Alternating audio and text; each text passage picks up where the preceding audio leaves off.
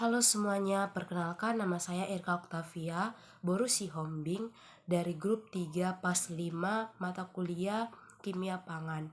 Di video kali ini saya akan menjelaskan tentang browning. Sebelum itu, terlebih dahulu kita harus mengetahui apa sih pengertian dari browning.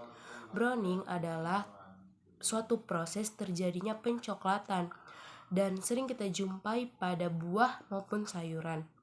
Browning ini terjadi akibat adanya enzim atau reaksi kimia yang dilibatkan oleh enzim polifenol oksidase. Adapun dua klasifikasi enzim.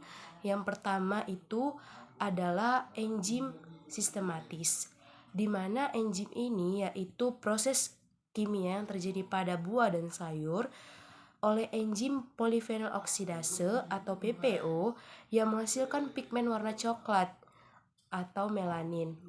Dan yang kedua itu pencoklatan non-enzimatis, di mana pencoklatan ini yaitu reaksi yang terjadi karena tanpa pengaruh enzim atau disebut non-enzim.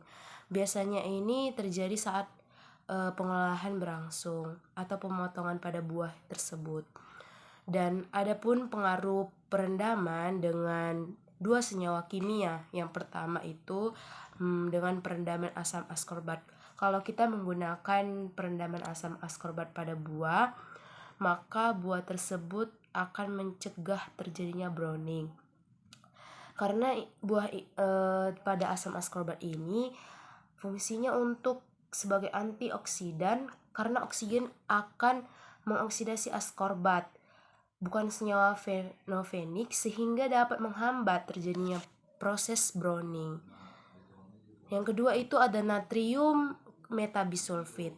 Tujuan natrium ini dapat dijadikan senyawa anti browning karena senyawa ini bekerja dengan cara membentuk ikatan disulfida dengan enzim PPO atau polifenol oksidase, sehingga menghambat pengikatan dalam oksigen dan proses pencoklatan. Adapun keterkaitan pencoklatan terhadap bahan pangan. Nah, yang pertama itu pencoklatan itu terjadi pada bahan pangan akan menghilangkan nilai gizi dan dapat juga merusak senyawa warna dan flavor dari bahan tersebut.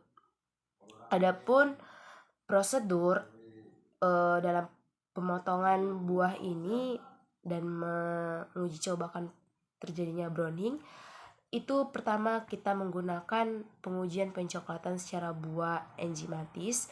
Yang pertama dengan kontrol. Pertama itu kita disertasi buah, terus dikupas buah dan juga diiris buahnya itu setebal 2 cm dan didiamkan. Setelah itu diamati perubahannya.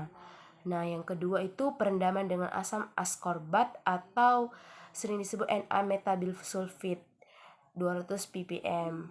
Langkah-langkahnya yang pertama disortasi, kemudian dikupas dan diiris buah setebal 0,5 cm dan juga dibagi 2 bagian. Dimasukkan ke dalam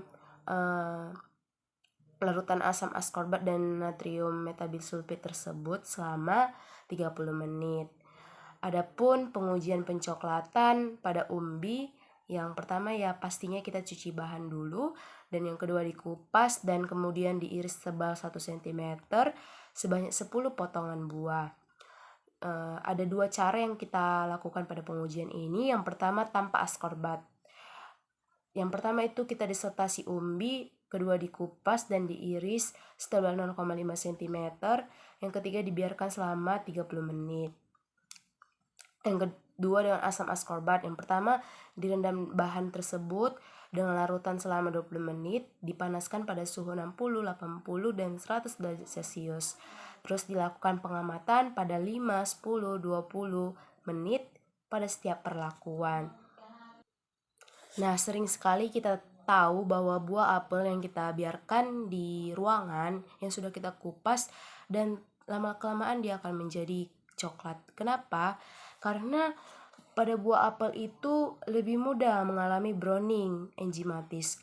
Hal ini disebabkan di dalam apel itu terkandung senyawa polifenol yang apabila berinteraksi dengan enzim polifenol oksidase dengan bantuan dua oksigen akan mengalami pencoklatan atau browning.